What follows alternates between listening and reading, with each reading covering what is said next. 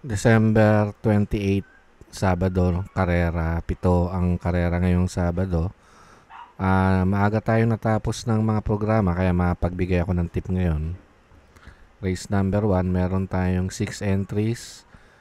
Rating base 5 non-placers. Ituloy yung gagamitin ko pero wala pong programang ganito.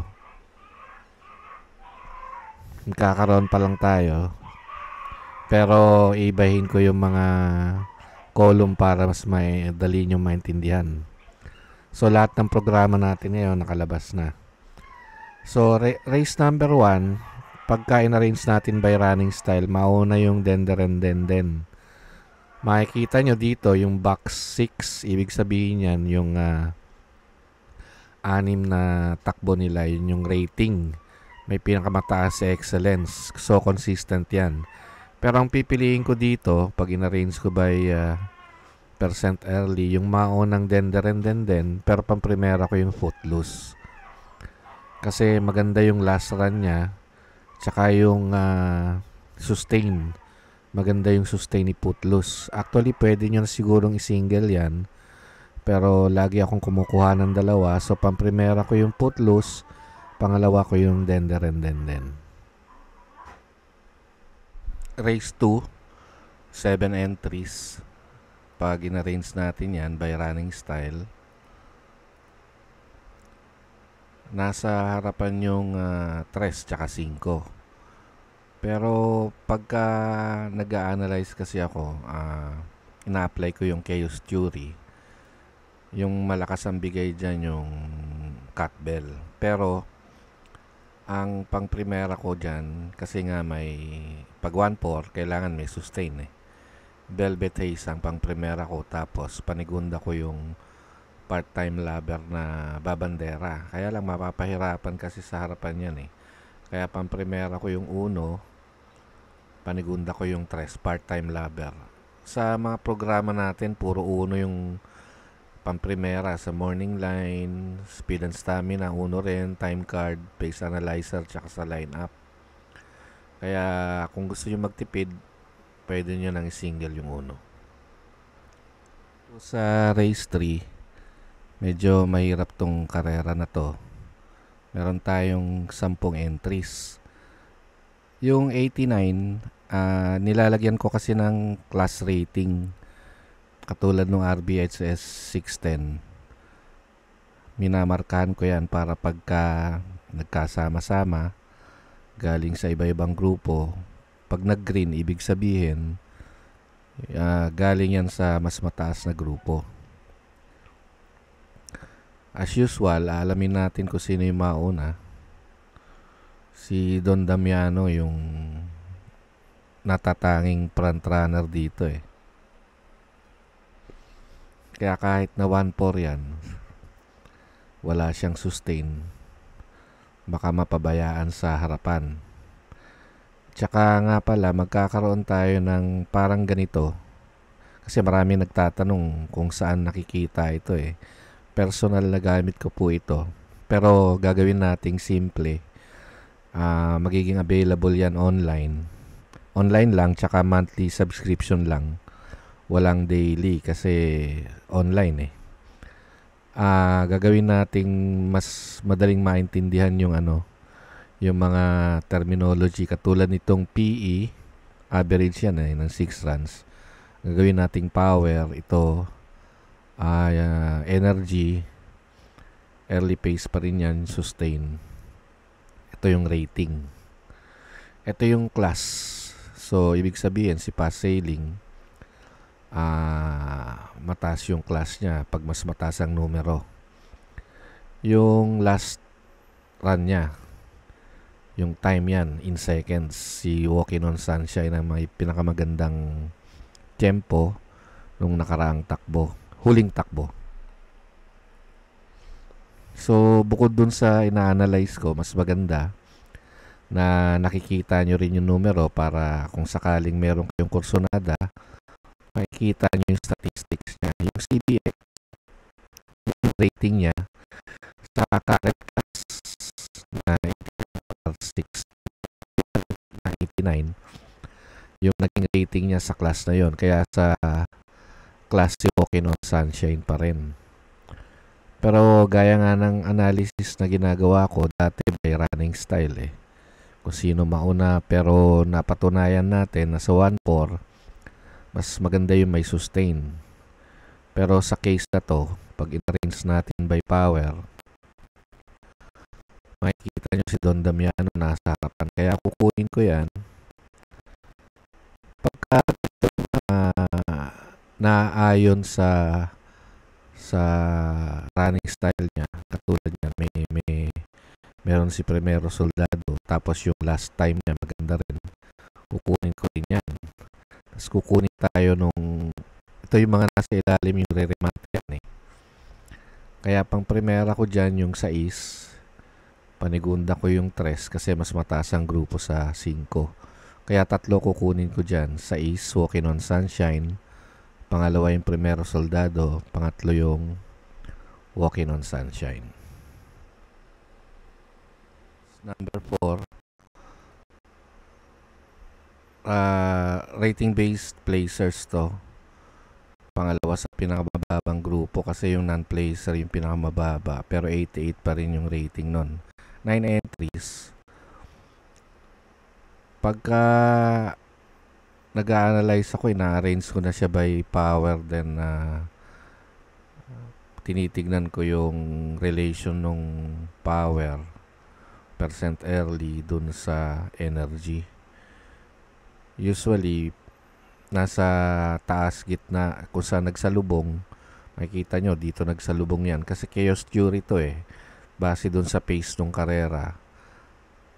Pang primera ko yung Jenks had enough. RA base ang papatong dyan. Makikita nyo may sustain din. Siyempre kukunin din natin yung nasa ilalim kasi 1-4 yan eh, meron ding sustain. Dalawang kukunin ko dyan, yung 2 Jenks had enough, tsaka yung 7 Mount Amandiwing. Kung gusto nyo kumuha ng pang dehado, palagay ko dehado dyan yung Calio Loreto. Garganta ang sasakay dyan. Maganda rin naman yung huling tiyempo niyan. Tsaka hindi naman nalalayo sa grupo.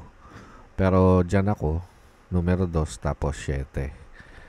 2 at 7 din ang nagdo-dominate sa mga programa natin sa morning line. Walang 2 sa pace analyzer pero may 7. So dyan ako, 2. 5, 9 entries. Medyo tight. 3 lang yung nag-green tapos nakapula na yung iba. Arrange ko ulit. Makikita nyo kahit diremate yung X kasi stayer yung French leather. Ang huling sumakay dyan, J.E. Apelyido. Pero nagpapanalo talaga dyan yung hinete niya ngayon, si J.B. Ponce. Nanalo yan nung November 17. Halos bandera yan. Pero karamihan ng takbo niya nanggagaling kasi sa likuran. Kaya minarkahan ko ng stayer X. Pag in-arrange nga natin, kahit diremate siya, parang kaya niya yung aire eh. Kaya tingin ko, sosolohin ko na yan dyan. Kung may pandehado man kayo, gusto nyo nang kumuha ng isa pa, yung Vitrius nasa ilalim. Kasi tingin ko, yung nasa gitna, di ba kung saan sila nagsalubong, nandito, Quinoa. Pwede nyo rin kunin yan dahil bumaba yan eh. Palagi ko, dehado pa yan. BJB Galieta. Pero kung magtitipid kayo, kasi yung last run, maganda rin pala yung last run niya, no? Halos pareho lang sila ni Vitrius eh. Pero pwede nyong solohin yan kung gusto nyong kumuha ng iba pa. Yung 7, tsaka yung 6. Pero solo ko na yan, 3. Ang rating natin dito sa karera na to, sa grupo, 91. Kaya makikita nyo halos stay in group kasi puti. Pag puti, ibig sabihin talagang nasa grupo yan. Yung mga pula, galing sa mas mababang grupo yan o yung nilabanan nila. Dito, i-arrange uli natin gaya ng arrangement ko kasi dito pag in-arrange natin by power yung bigay niya, makikita natin talaga kung sino yung talagang di bandera. Ito tingin ko kursunada ko na yan, huling takbo na manalo kaya kukunin ko na yan. Sana iuna na yan. Kung naiuna lang yan nung nakaraan, nanalo yan eh. Pag tinignan natin yung gitna, di bandera din kaya hindi ko kukunin yan. Mas kukunin ko pa yung may sustain na maganda rin yung tinakbo kahit mas mababa yung grupo, yung Ragamuffin.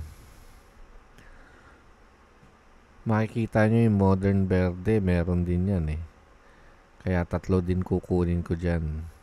So pang primera ko yung 3, Golden Opportunity. Panigunda ko yung 8, Ragamuffin. Pang tersera ko yung 9. Mahirap na karera to. Hindi po yan madaling karera. Kaya tatlo na yung kinuha ko. Si Phil de Burn, hindi maganda yung huling takbo niya eh. Kaya pass muna ako dyan. Pamprimera ko talaga yung 3. Kursunado ko talaga yan. Race 7, 13 entries. Marami yung kalahok. Tsaka mahirap din yung karera na to. Although may mga bumaba din, palagay ko bibenta din yung Distant Thunder kasi kay JT Sarati na rin. Pero tignan natin kung arrange uli natin ng ganyan, nasa gitna, nasa taas yung Monrovian Bell. Pero kung makikita ninyo yung consistency na kay Red Soul, dehado na nalo to nung nakaraan. Kaya kukunin ko yan 9 and 9A. Ayuda yung ka-couple entry niyan, magaling din. Kaya kukunin ko yan nasa bandang taas, di ba? Tapos sa bandang gitna, mamimili ako dito kay Distant Thunder tsaka kay Johnny Bunny. Si Distant Thunder, bumabandera din siya eh. Makikita nyo, stalker ang ginawa kong running style niya kasi nakakasunod din yan. Pangalawa, mas mababa yung grupo niya. Pero, pag tinignan natin sa consistency, mas consistent yung Johnny Bunny. Kaya, panigunda ko yung 3. Pang tersera ko yung Johnny Bunny. Mahirap, gaya ng sabi ko, last race, mahirap tong karera na to. Kung kukuha tayo ng isang nasa ilalim na may, tingin ko may laban, yung 7, dehado yan, super easy. Kung gusto nyong magdalawa lang, itong 3 tsaka 11, pero mag-aapat ako dyan kasi paratingan yan eh. Tsaka malay nyo, dito kayo makakuha ng dehado. Basta yung 4 na yan ang pili ko. Kaya good luck sa inyong lahat.